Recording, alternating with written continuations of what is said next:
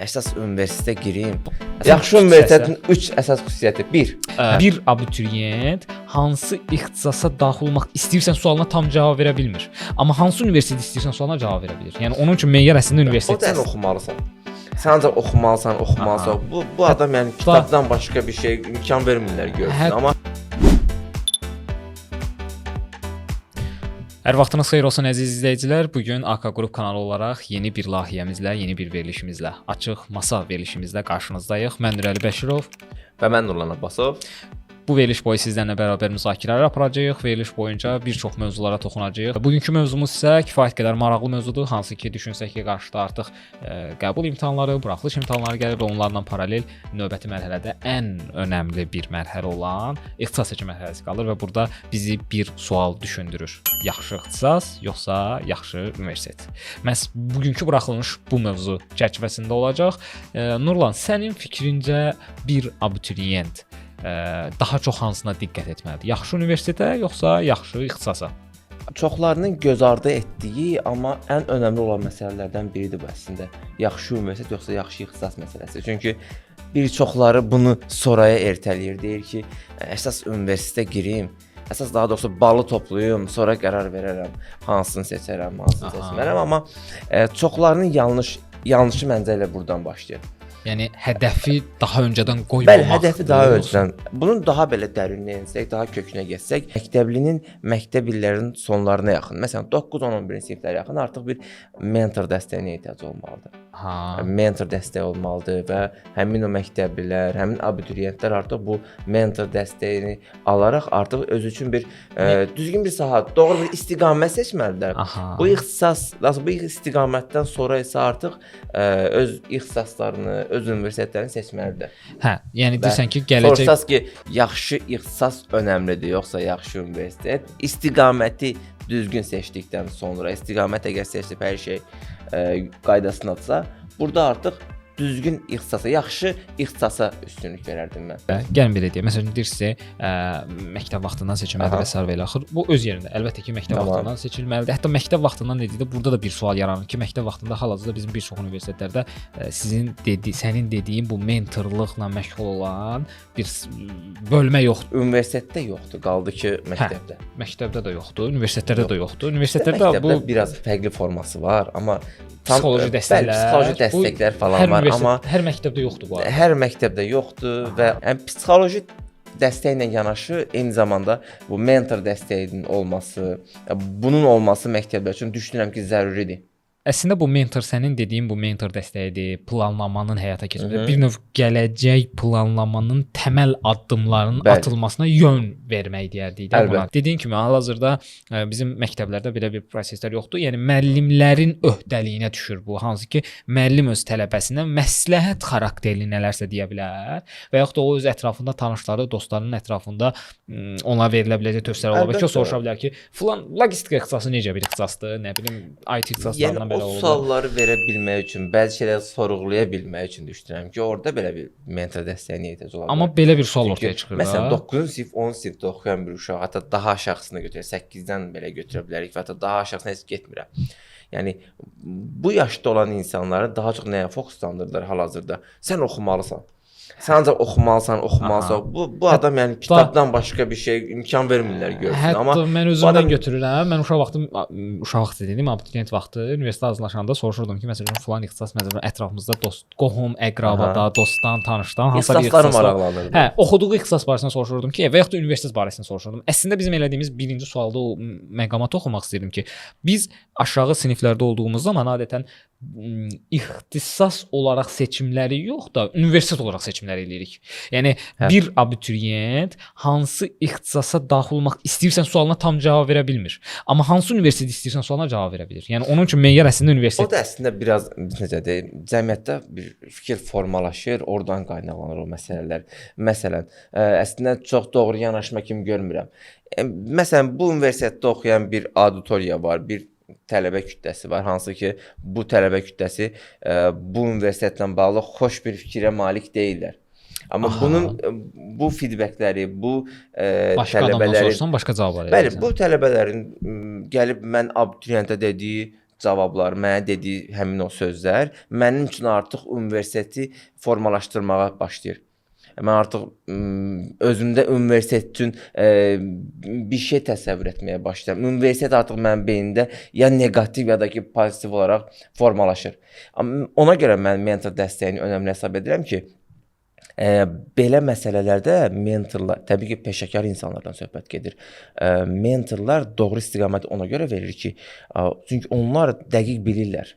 Onlar sənin yanlış fikirlərdən, bəzi cəmiyyətimizdə formalaşan miflərdən, yəni bir çox doğru bildiyimiz yanlışlardan artıq onlar səni çəkindirir, səni kənarlaşdırır və sənə göstərir ki, yəni burada bu şeyləri etsən daha uğurlu olarsan, burada bu seçimləri etsən daha uğurlu olarsan. Bax, buna görə artıq mentor seçimi ön plana çıxır. Əslində bizim hər birimizin bir mentoru var, bir deməyim, hətta 2 mentoru var. Bəli. Bu da bizim valideynlər. Bizə yaşca böyük olan, ən yaxın hətta olan mən bu sayı insanlar daha da var. artırardım. Amma Valideynlər bu bir da- istiqamət verir, məktəbdə müəllimlər bir ayrı istiqamət verir, ətrafdakı dostları bir ayrı istiqamət verir. Burada bir məsələ Hətta ortaya daha çıxır böyük da. problemlər var. Biraz daha yaşı yuxarı olan, amma təcrübəsi olan insanlar olur da. Əmisi, dayısı və yaxud da hər hansı bir qohumu ola bilər, lap qonşusu belə ola bilər. Bunlar hamısı, yəni bir istiqamət verirlər. Hə, istiqamət verirlər. Sadəcə bunların Yarsız, təsir yarsız, dairəsi hə. çox da geniş deyil. Məsələn, mənim Təbii ki, əmimin daha yaxından dayısı olan, oğlu- daha yaxından evin içindən olan birisinin Hə. təsir dairəsi kənara gətirdikcə azalır, söz yox. burada biz nə etməliyik də? Yəni bir abituriyent dediyim kimi ətrafdan dastan Aha. danışır, sənin dediyin kimi soruşur. Biri deyir ki, məsələn, X bir universitetə eyni 2 dənə tanışım var, tutaq ki, fərz eləyək ki, ikisi də məsələn fərz eləyək ki, Bakı Dövlət Universitetində təhsil alır. Biri Bakı Dövlət Universiteti necədir deyəndə yaxşı cavab verir, biri Bakı Dövlət Universiteti necədir deyəndə mənfi cavab verir. Biri müsbət cavab verir, biri mənfi cavab verir. Mən də abituriyentam da və mən hələ bilmirəm hansını belə deyə də daha doğru olduğunu Hansı əmin doğru olum bilmirsən. və ortaya belə bir sual çıxır. İlk başda verdik. Biz çox şaxələndik belə suallarda. Məncə bunu bir balaca belə deyə də etap-etap getsək daha ətraflı, daha aydın olar izləyicilər üçün də. İlk sualımız ortaya çıxır. Bax dediyim məsələdə Bakı Dövlət Universitetində təhsil alan 2 dənə tanışım var. Biri Bakı Dövlət Universiteti necədir universitet deyəndə yaxşı cavablar verir, biri Digər pis. əks cavablar verir. Mənfi fikirlər səsləndirir. Belə olduğu halda biz yaxşı universiteti necə təyin eləməliyik? Sənin Yaxşı fikrincə. universitet. Baxın, indi məsələ budur. Yaxşı universitetin seçimi eləyərkən bir çox reytinq siyahıları nə sən hazırlanan universitet reytinq siyahıları. Müxtəlif meyarlar Məsələn, olurdu orada. buradakı tələbələrin məmnunluq səviyyəsi, bu universitetin beynəlxalq Ola bilər. arenada tanınması, bu universitetdə Ola bilər. oxuyan yerli və yaxud da ki, xarici tələbələrin sayları, nə bilim, universitetin özünün şərait deyəndə ki, bunun kampusunun Elmi varlığı, məqalələrin sayı ola bilər. hətta kampuslardır, sonra yataqxanalarıdır, nə bilim, laboratoriyaların İnfrastruktur mövcudluğu, deyək də qısa şəkildə. bəli, infrastrukturu. Sonra dediyim kimi elmi məqalələr, şirkətlərlə olan işbirlikləri falan. Yəni müxtəlif kriteriyalar var burada. Amma məncə bütün bunlarla əlbəttə Aha, infrastruktur bundan burada çox əlavə- önəmli. Gəl belə eləyək də, punktlaşdıraq. Yaxşı universitet nədir sualını Aha. 3 punktda cavab verək. Tamam. Hər ikimiz üç cavab punkt verək. alın. Yaxşı. Eyni zamanda rəydə də sizlər də cavablarınızı bildirə bilərsiniz. İstər tələbələr Yaxşı, cavablamasa o daha zaman doğru olar. Belə deyək, yaxşı universitetin 3 xüsusiyyətini sadala. Mənə sual verdi. Bu Hə, mənə sən nifrət özün yaradırsan. dedin, sən sualı mənə ünvan verdin, mən sualı sənə dedim. Yaxşı, tamam. Yaxşı universitetin 3 xüsusiyyəti. Çünki mənə görə mövzunun lap əvvəlinə gərək də, mənə görə yaxşı ixtisas seçimi yaxşı universitetdən daha öndədir.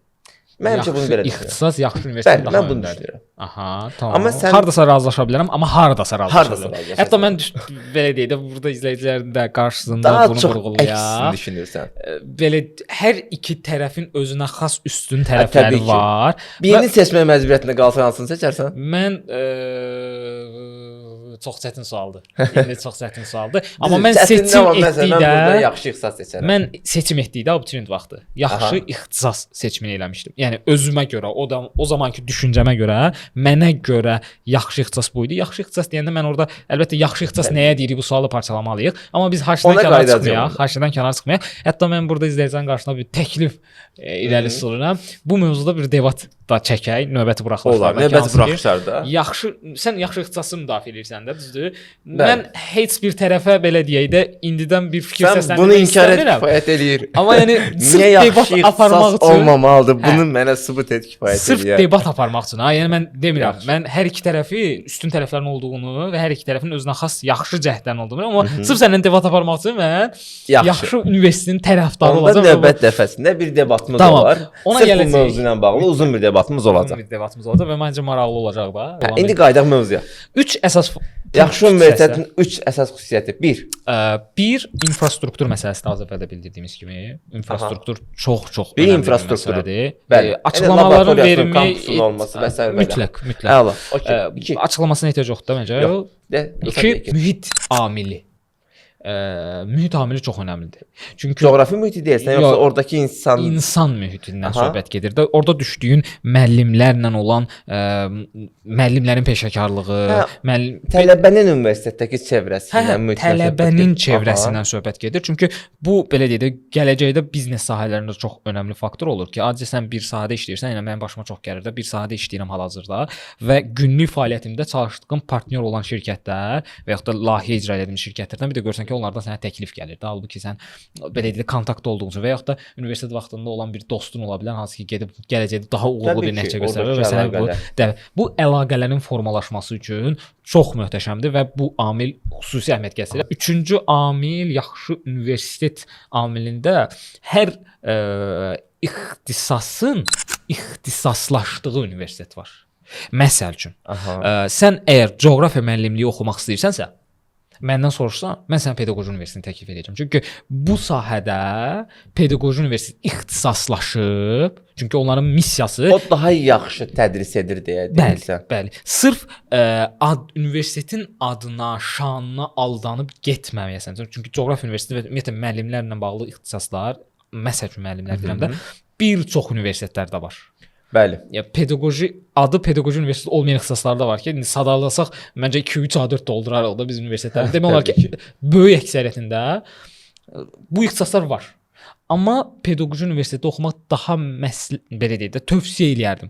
İndi bu digər universitet ola bilər ki, bəzi universitetlər var ki, oradakı müəllim heyəti elə möhtəşəmdir ki, o pedaqoji universitetdən daha yaxşı deyir. Amma nəzəri olaraq ilk onlara baxdıqda bunu deməli olan universitet pedaqoji universitetdir. Əgər sən texniki sahələrlə ixtisaslara yönəlirsənsə, texniki sahə ilə ixtisaslaşmış universitetlərə yönəl. Məsələn, texniki universitet ola bilər, mühəndislər universiteti ola bilər.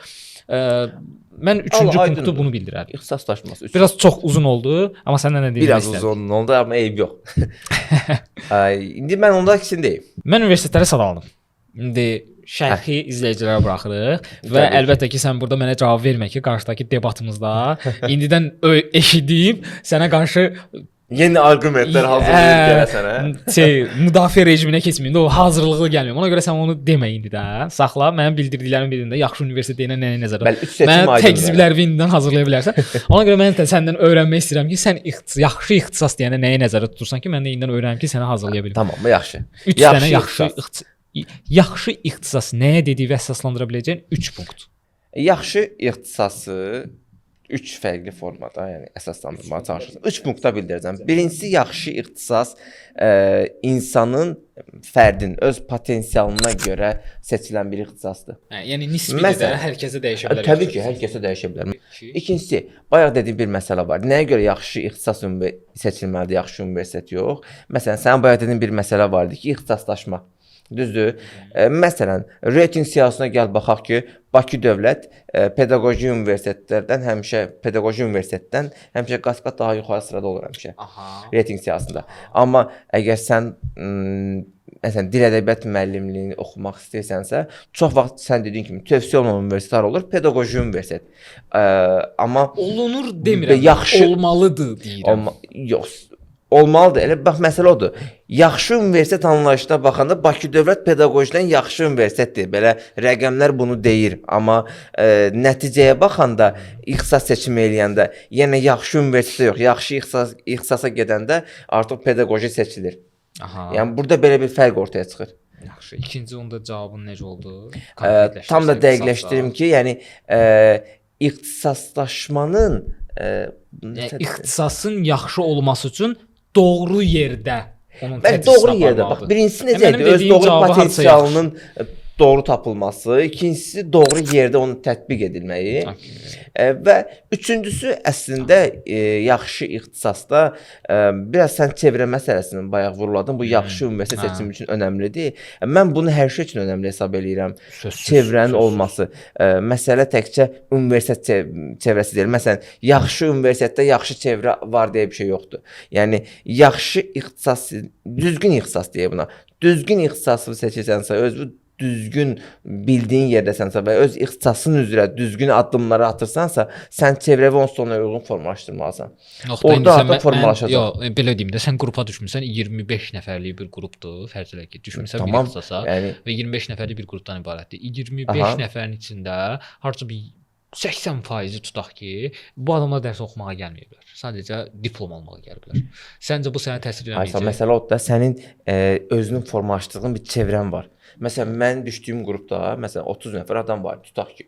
Və 25 nəfəri, məsələn, semestrin sonunda alım deyə dərs oxumaq istəyirdi. Kəsilməyim deyə çalışırdı. Yəni, ya yarısı 91 balı sıxırdı, ya da ki, yarısı 51 balı sıxırdı. Yəni buydu, amma məsələn mənim çevrəm qrup yoldaşlarımdan formalaşan bir çevrə olmayıb. Mənim çevrəm qrup yoldaşlarımdan kənar sən olmusan. Qrup yoldaşlarımdan kənar formalaşan bir çevrə olub. Nəyə görə? Çünki mən yaxşı ixtisası önəm vermişəm və həmin o yaxşı ixtisası necə deyim, düzgün ixtisas deyək. Mən yaxşı ixtisas yox, daha çox düzgün ixtisas yanaşmasının üzərinə getmək istəyirəm. Düzgün ixtisas seçilmişəmsə və onda özümü daha da ixtisaslaşdırmaq istəyirəmsə, artıq universitetin, olduğum qrupun, olduğum şəhərin, olduğum ölkənin bir fərqi yoxdur. Mən yenə özüm üçün həmin çevrəni qura bilərəm. Həmin çevrəni qururam və ona uyğun artıq formalaşdırıram. Belə deyək də, bacarıqdan asılıdır, özünü təbii ki. Orada sən özü tapmaq. Əvvələ getsək, yəni mənim bunun təməli bayaq dediyim məsələnin üzərindən qurulur. Məktəb vaxtı olan mentor dəstəyindən qurulur. Bax, həmin o mentorluq proqramlarından əgər biz yola çıxsaq, orada nə edir şagird? Özünü tapır, özünü nə istədiyini bilir. Nə istədiyini bildikdən sonra artıq bu istədiyi şeylər üçün nələr eləməlidir, onları bilmiş olur. Nələr elədiyini bilir və buna uyğun addımlar atır. Yaxşı ixtisas seçimi üçün bayaq dediyim kimi o təməl başlayır. Məktəb vaxtından başlayan bir təməl var. Hansı ki, mentorluq proqramından başlayan bir təməl var. Orada nə istədiyini bilir, bunu necə əldə edəcəyini bilir və bunun üçün nə addımlar atmalı olduğunu bilir. Bunları üçün də bir punkt olaraq bu punktlara da aid edə bilərik. Yəni, yaxşı ixtisasda nə istədiyini bilir, universitetə önəm vermir, nə istədiyini bilir. Məsələn, nə olmaq istəyirəm? Dizayner olmaq istəyirəm, müəllim olmaq istəyirəm, həkim olmaq istəyirəm. İkincisi, bunun üçün harda olmalı olduğunu bilir. Yəni, bunun üçün fərqi yoxdur. Yaxşı universitet olsun, nə bilim, Bakı Dövlət olsun, İqtisad olsun, yox. Reytingdə daha aşağı, təbii o rəqəmlərdir, belə danışaq da, reytingdə daha aşağı olan universitetləri seçir, amma yenə də harda olmalı olduğunu bilir. Yaxşı. Və digər məsələdə ki, bunun üçün nələr eləyir, nəsə addımlar atmalıdır, düzdür? Addımlar da ki, öz çevrəsini formalaşdıraraq buna uyğun addımlar atır. Və bunları etdikdə artıq yaxşı ixtisası, özü üçün olan yaxşı ixtisası artıq punktlara görə, necə deyim, punktlaşdırmış olur və buna uyğun qərarlar verir, addımlar atır, buna uyğun seçir. Qərar vermə məsələsindən danışdım. Bir şey mənim ağlıma gəldi. Hətta bunu qeyd etmişik. Bizdə qərar vermə məsələsi bir balaca fərqlidir. İxtisas seçimi eləyəcək adamın yanına gəlirlər, ki 15 nəfər, 15 ixtisas onun üçün seçəcək. Orada sual verirlər. Mən bu qədər bal yığmışam. Bax, cümləyə bax. Mən atıram 560 bal yığmışam. Mən bu balla hansı ixtisasa daxil olmağım daha yaxşıdır? Və yaxud da hansı universitetə daxil yaxşıdır? Başda verməli olduğu sualı sonda verir. Özünə başda verməli olduğu. Hətta burada da özünə vermir sualı. Burada da özünə vermir. Qarşıdakı insana verir. Qarşıdakı onun üçün ixtisas seçimi edəcək kimdirsə, ona sual verir və bütün öhdəliyi ona buraxır. Sən mənim üçün seç. Hansı universitet yaxşıdır və yaxud da hansı ixtisas yaxşıdır? Bəli, düzdür. Bu öhdəliyi, belə deyək də, onların qarşısına verməkdənsə biz nələr eləyə bilərik? Bax, və yaxud da bu ixtisas vermək doğru bir məqamdır. Çox doğru bir məqamdır. Məsələn deyirəm, qarşıdakı aylarımıza baxaq. Hal-hazırda Bir fevral neçə ay ayı. sonra bu olacaq yəni. Bəli, fevral ayı ənənəvi hamı indi fikirləşib imtahanlara hazırlaşır, imtahanları sıxır ki, əsas bal toplayım. Təbii ki, bu bütün kütlə üçün aid deyil. Bir əksəriyyəti üçün aid. Çox az bir 80%, qism var ki, 90% hətta. Mən hətta belə deyək də, bu illər ərzində, bu fəaliyyət göstərdiyimiz illər ərzində bir çox müraciətlər daxil olurdu və bir çoxlarına biz cavablayırdıq. Elə tələbələr, elə şagirdlər vardı ki, yəni abituriyentlər vardı ki, onlar valideynləri də məsələn iştirak edirdi, məsləhətləşirdilər bizlərlə belə dialoq şəklində. Şagird yığıb dəqiq yazma deyir, amma 600 üzərində bir bal yığmışdı və rəqabətin çox güclü olduğu, son illərdə rəqabətin ekstra güclü olduğu 3-cü ixtisas qrupu üzrə. Və şagird gəldi konkret olaraq. Mən 2 dənə bu ixtisası istəyirəm. Başqa işlə. Bitdi. Bizə niyə gəlmişdi? Sadəcə tövsiyə almaq üçün. Mən bu ixtisası seçmişəm və bura daxil olacağam. Yəni daha doğrusu buranı seçilimdə indi ixtisas seçiminin nəticəsində daxil ola da bilərəm, olmaya da bilərəm. Bu ayrı bir məsələ. Amma başqa yer istəmirəm. Başqa yer istəmirəm. Mən yalnız bu universitetdə və bu ixtisasda oxumaq istəyirəm. Sadəcə bizə müraciət necə olmuşdu? Bizə müraciəti ona görə eləmişdilər ki, tövsiyə almaqdan ötəri. Bəli. Bu ixtisası mən onsuz da seçəcəm artıq və müəyyən qədər də araşdırmışam. Prosta sizdən də dinləmək istəyirəm. Bu ixtisasın gələcək perspektivləri nələrdir? Çox doğru bir seçimdir. Məncə də o şəkildə olmalıdır. Yəni və biz nə edək ki, aid olmadığın bir yerdə, özünə aid hiss eləmədiyin bir sahədə, bir yerdə olmaqdansa heç oxumasan bəlkə. Yaxşı, onda gəl sualı biraz daha da konkretləşdirək. Düzgün ixtisas seçiminin necə etmək lazımdır? Və yaxud da belə deyim də, ixtisas seçərkən nəyə diqqət etməliyik? İxtisas seçərkən nəyə diqqət etməliyik? Bayaq dediyim məsələ var deyə. Hamı gözləyir ki, məsələn, avqust ayını gözləyir. Təxminən avqust olur da çox vaxt. Bir 6 ay sonranı heç kim düşünmür indi. Yəni hamı gözləyir ki, həmin vaxtı gələcək. Avqustda ixtisas seçimində əlimdəki bala görə artıq mən seçimlərimi eləyəcəm. Bir 80-90% hal-hazırda belə düşünür. Bu reallıqdır, günümüzün reallığıdır. Düzdür, buna təsir edən amillər var. Məsələn, təhsil sistemindəki vəziyyət, yəni təhsil sisteminin vəziyyəti deyəndə nəzərdə tutduğum şey bilirsiniz nədir? Yəni təhsil sistemi bizdən bunu tələb eləyir. Yəni sən nəsə ixtisas istəyirsənsə, yəni bunları sən bu imtahanları verməlisən. Ona görə fokuslanırlar imtahanlara. Bundan razıyam.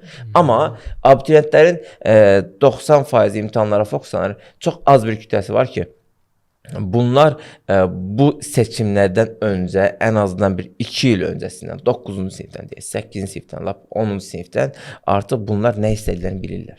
Yox, burada bir məsələ də var da. Yox, bu məqamda mən səninlə razılaşmıram. Bax, indi mən nə deyirəm? Niyə görə? Buna hazırlaşırlar, bunu bilirlər. Bilirlər ki, məsələn, 10-cu sinifdən bu adam deyir ki, məsələn, mən filan şeyə fokuslanıram, filan, məsələn, həkim olmaq istəyirəm, düzdür?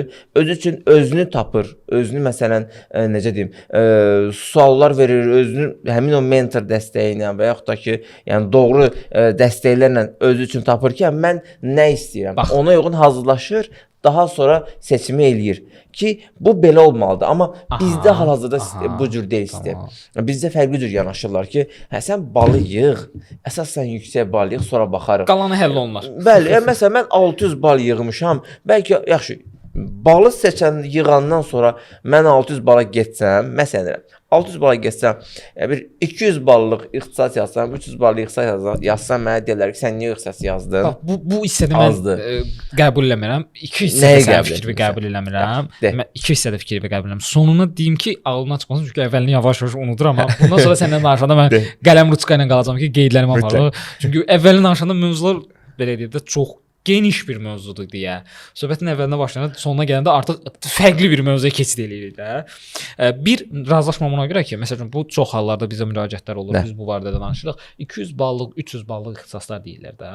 Bizdə olan bəzi ixtisaslar var ki, əslində ixtisasların formalaşmış keçid ballarını elə abituriyentlərin özləri formalaşdırırlar. Təbii ki, hər il dəyişir. Topladığı ballara uyğun, plan yerlərinə uyğun ən sonuncu daxil olmuş abituriyentin balı keçid balı olur.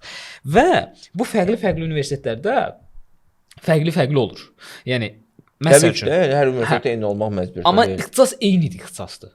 İxtisas eyni ixtisasdır. Lənkəran Dövlət Universitetində sosial iş ixtisası misal üçün deyirəm. Hal-hazırda bilmirəm formalaşmış keçid balı nə qədərdir. Yəni əzbərimdə yoxdur. Mən də bilmirəm. Fərzi olaraq, ehtimal olaraq, rəqəm olaraq sadəcə deyirəm bunu. Sosial iş ixtisası fərz edək ki 230 baldır. Fərz eləyək. Hə, Bu 230. həqiqətdir yoxsa yox bilmirəm. Bunu rəylərdə dəqiq şəkildə yazdım çünki indi yadımda deyil. Lənkəran Dövlət Universiteti sosial iş ixtisası 230 baldır. Aha. Artıq bu adı olur 200 ballıq ixtisaslar. Və bu sosial iş ixtisası Bakı Dövlət Universitetində məsəl üçün deyirəm, bunu da dəqiq yadımda deyil. 590 baldır. Aha. Bu olur artıq yaxşı ixtisas. Bax, bala yox. görə bəziləri ixtisas bax 200-300 ballıq ixtisas deyirsən ha, məsəl üçün. Aha. O 200-300 ballıq ixtisaslar, elə 600-700 ballıq ixtisaslar da bu ixtisaslardır. Sadəcə olaraq universitet fərqi var və bizim səhvimiz də bundan ibarətdir. Biz ixtisas seçimində ixtisasdan daha çox universitetə fikir Universitetə veririk. fokuslanır, amma yox, bu məsələ hər zaman belə deyil axı. Yox, demirəm hər zaman belədir. Sadəcə əksəriyyət belə bu cür seçim eləyir. 600 plus olan yaxşı ixtisas adlandırılan və bilinə məsələn müalicə işi ixtisası var. Sən gedib 200 balına gedib. Yox, müalicə işi ixtisasına sən 200 balına daxil ol. Yox, müalicə işi ixtisasına 200 balına daxil ola bilmirsən zaten. Məsələn 200 bal tam belə siyah yadında deyil. Niyə görə daxil ola bilmirsən? Bax 200 ballar iqtisadiyyat fənlərindən ikinci qrup üzərindən 200 ballıq olub 600 bal həm də 200 bal olan bütün ixtisaslar 600 olan bütün ixtisaslar həm də 200 ballıqlarda varmı? Ya məsələn bir universitetdə 600 bal olan ixtisasdır. Yəni bu bütün Fərqli universitetdə daha az olduğu olur. ya daha az ayrı, bir də 200 ballıq ixtisaslar dediyimiz ayrı. 200 ballıq ixtisas anlayışı yoxdur. 200 ballıq ixtisas anlayışı deməyək də, yəni 200 civarı da belə deyim. Yəni civarı deyə belə bir anlayış yoxdur. Sadəcə o universitetdə o ixtisas sadəcə bu illəri bu cür nəticə göstərir. Yox, biz nədir? Məsələn, mühasibat çoxdur. Aha. Və yaxud da ki, maliyyə nə qədər olur balı? Fərqli universitetdə fərqli olur. Məsələn, Məsələn, regionlardakı universitetdə daha aşağı olur, Bakıda daha yüksək olur. Bakı şəhərində yerləşən universitetlərdə daha yüksək olur. Bəli, universitetə görə dəyişir. Niyə görə? Regiona görə seçirlər. Universitetin adına görə seçirlər. Təbii ki, universitet seçimində bu sosial amillər təsir eləyir, coğrafi amillər, bunlar təsir edir, bunlar razıyıq. Amma yenə də etməməlidir. İş etməməli. Düz, amma təsir edir də biz bunun təbii ki, qarşısını ala bilmərik. Biz buna qarşı çıxa bilmirik. Yəni özümüzdən asılı olmayan nüanslar var, ona görə deyirəm. Orası. Amma 600 bal civarında toplayanın həmin civarda yazdığı ixtisas seçimləri var. Bir də daha az toplayıb da yazdığı bir ixtisaslar var. Düzdür? Yəni sən əgər özün üçün bir istiqamət seçmisən, düzdür? Bir istiqamət seçmisən ki, məsələn, bu sahəni istəyirəm, düzdür? Buna uyğun artıq çalışırsan. Buna uyğun çalışırsan, universitet imtahanını verirsən, qəbul imtahanları hamısı prosesi keçirsən, bunu çalışırsan, bu ixtisası istəyirsənsə sən, çünki özü bu sahədə görürsən. Burada artıq digər force majeure hallar olmasa, sənin üçün universitet çox önəmli olmur. Sən artıq burada öz istədiyin ixtisasda, istədiyin sahə üzrə təhsil almış olursan. Bu daha çox ön plana çıxır belə situasiyada. Yoxsa sən balı sıxırsansa, istəmədiyin ixtisasda yaxşı adlandırıla biləcək universitetlər təhsil ala bilərsən. Amma bu hər zaman doğru nəticə vermir. Hədəfin qoyulması sənə stimul verir. Bax, bizim əgər hədəfimiz, abituriyentin hədəfi sadəcə universitetə girməkdirsə, valideynin də ona təkan verdiyi məsələ təkcə sən universitetə gir desə, o uşaqdan sən 600 plus bal çox da gözləmə, əgər o uşağın xüsusi istedadı və yaxud da həvəsi yoxdursa. Yığa bilər əslində, niyə də yox? Dediyim kimi, onun fokuslandığı şey ixtisas deyil, yəni universitetdir. Hə, məsələ orasında gecə gündüz kitabın içində böyüyəcək, toplayacaq 700. Bax, məsələ orasında da bu artıq belə deyək də, onun hədəf qarşısına qoyduğun hədəf sadəcə universitetə girməkdir. Sadəcə universitetə girməkdir və keçid balını formalaşdıran bir abituriyent artıq rahatlaşır ki, artıq ixtisas sınaq imtahanlarına gedir, görür ki, mən artıq 400, 300 bal toplayıb rahat toplaya bilirəm. Demək ki, keçid balı məsəl üçün minimal keçid balı 200-dür. 150 ballıq ixtisaslar da var söz ki, amma bəzi ixtisaslar. Amma nəzəri olaraq götürsək 200 baldır. 200 balın üzərinə 100 bal üzərinə toplayacaqsa, demək ki, mən rahatlıqla universitetə girə bilərəm və demək ki, mən hədəfimi tamamlamışam. Məndən istənilən hədəfi və yaxud da mənim istədiyim hədəfi tamamlamışam. Məqsəd nədir universitetə girmək? Filan qədər toplayıram, girməyimin böyük 50%-dən çoxu qarantilənmişəm. Amma sonra buradakı məsələ nədir? Burada hədəf sadəcə universitet olmamalıdır. Burada hədəf o sənin dediyin çatışmamazlıq olan mentor dəstəyi, mentor yol xəritəsi təyin olmalı ki, mən əslində bu ixtisası istəyirəm, bu universitetdə oxumaq istəyirəm və bunun ortalama olan son illərdəki keçid balı nə qədərdir? Mən onu toplamalıyam. Bəli. Bax, 4-cü qrupda İxtisas. müalicə işini digər ixtisaslarla müqayisə etməyi mən doğru qəbul edirəm. Niyə görə? Təkdir. Tək olmağından əlavə bura ayrılan plan yerləri digər ixtisas qruplarında olan bəzi ixtisaslardan çox azdır plan yerləri. Plan yerinin sayından söhbət edirəm. Və bu ixtisas qrupuna hazırlaşanların əksəriyyəti bura daxil olmaq istəyir.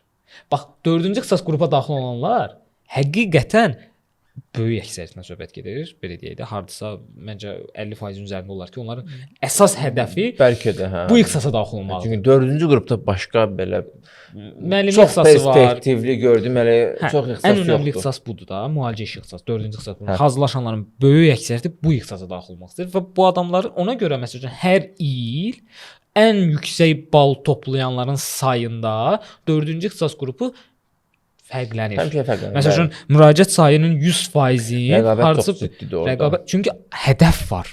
Bəli. Və hədəf yüksəkdir deyə abituriyent ekstra hazırlaşır. Ekstra enerji sərf eləyir və ora daxil olmaq istəyir. Bakı Ali Neft Məktəbi hər il niyə görə reytinq siyahısında, reytinq deyəndə abituriyent qəbulunda ən yüksək yığır? Çünki adamların çox güclü PR və çox güclü kollektivi var. Çox güclü Təhsil kollektiv keyfiyyəti olur. də yaxşıdır da bunda Hə, gəlir. kollektiv güclü olduqda əlbəttə sən Hə, təbii ki. müəllimin belə deyək də peşəkarlığını Bayaq sənin bəlkə də yaxşı universitet kriteriyalarına burada cəmləşir. uyan, kampus desən var, infrastruktur desən, yəni eyniləşdirsək, yəni var, əlaqədar Azərbaycan desən standartları var. çərçivəsində kifayət qədər yaxşı Azərbaycan üçün universitetdir. Banı mənim ən bəyəndiyim universitetdir. Və son Adı ilə bir statistika, yerdə. bu yaxınlarda bir statistikada çıxmışdı səhv eləmirəmsə və iş tapan tələbə sayları da, məzun sayları da ən çox Banımda. Bakı Ali Neft Məktəbi Banımda ən yüksək nəticə onlardadır faktiki olaraq ki, buranı bitirən məzunların böyük əksəriyyəti Azərbaycan ölkə miqyasında ən çox iş tapanlar bu universitetdən. Yəni demək istədiyim nə idi? Demək istədiyim ondan ibarət ki, hədəf qoyulması abituriyentin stimullaşdıran ən başlıca meyardır. Yaxşı ixtisas yoxsa yaxşı universitet məsələsini məncə ümumiləşdirsək, mənim yanaşmam budur ki, yaxşı ixtisas düzgün seçimlərdən başlayır, hansı ki, səni yönləndirməlidir və bu düzgün seçimləri eləməyə başlamalısan. Bundan sonra düzgün seçimlərlə, əgər düzgün yolda davam edəcəksənsə, o seçimlər axıra qədər davam edəcəksənsə, yaxşı ixtisas hər zaman yaxşı universitetdən daha önəmlidir.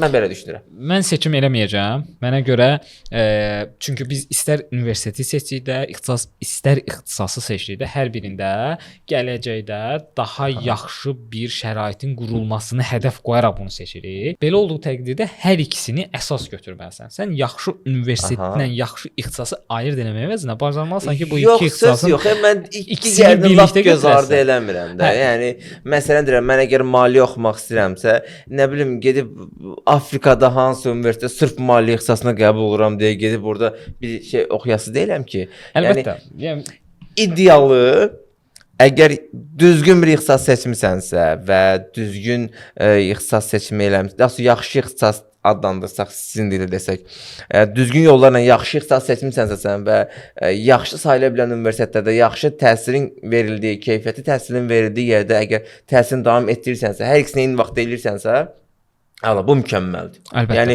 idealını tapmısan. Amma mən bunların arasından seçim etsəm, bayaq dediyim kimi, yaxşı ixtisası daha ön plana atarım. Tutaq ki, 51-in 49-a yaxşı ixtisas seçərəm. O Tamam, daha önəmlidir başa mənim üçün. düşdüm. Təbii ki, sənin dediyin digər universitet məsələsi də çox önəmlidir. Amma ikisinin arasından ixtisas mənim üçün İxtisas daha seçərsən önəmlidir, də ona təbii. görə deyirəm. Başa düşdüm məsələ. Şübhəsiz ki, ixtisasın da, universitetin də hər birinin üstün tərəfləri var və bu barədə biz əlavə bir debat mövzumuz artıq buradan kəşf elədik ki, olmalıdır. Amma bizim tövsiyəmiz, ən azından mənim tövsiyəm ondan ibarətdir ki, bu iki mərhələlər arasında dediyim kimi hər birinin ortaq tərəfləri seçməlidir. Mən yaxşı universitetin hansı meyarlardan olduğunu ən azından öz aspektimdə dəyərləndirmişəm. İxtisas seçimində də bizim diqqət etməli olduğumuz ən önəmli məsələ ixtisasın gələcək prestijləri, perspektivləridir ki, biz bu ixtisası bir neçə il sonra bitirəcəyik. Bu ixtisasda biz nə kimi bacarıqlar əldə edə bilərik? Daha doğrusu əmək bazarında buna nə qədər tələbat olacaq? İkinci məsələ bizim bacarıqlarımız və maraqlarımızdır ki, bu maraqlarım hansı ixtisasda əks olunub ki, mən bu ixtisası seçdikdən sonra bu ixtisasda çalışanda bu işi görməkdən zövq alaraq işimi görəcəm.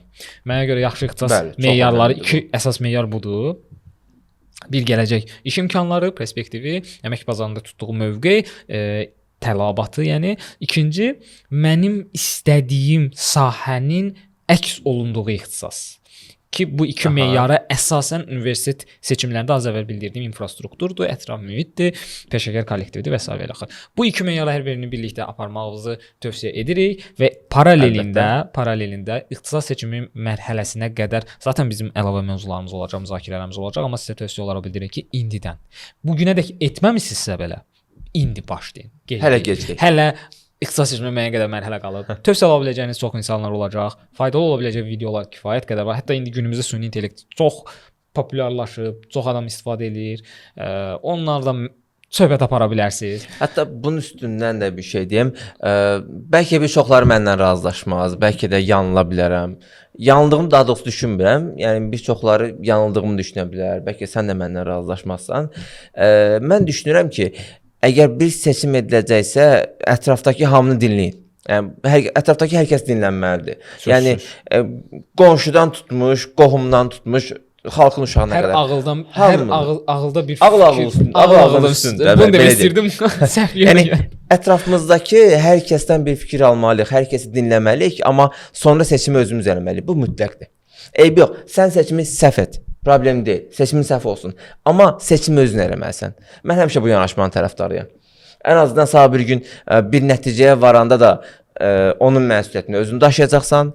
Sabah bir gün bir nəticəyə varmayanda da artıq nəyi səhv elədiyini təcrübədən keçirmiş olacaqsan, yenə özün bilmiş olacaqsan. Beləliklə, dəyərli izləyicilər, bugünkü verilişimizin sonuna gəlmişik. Əlbəttə sizin də yaxşı universitet və yaxşı ixtisasla bağlı fikirlərinizi biz oxumağı çox istərdik. Açıq masa bütün müzakirələrə açıqdır. Rəbimizdə bu barədə fikirlərinizi bildirə bilərsiniz.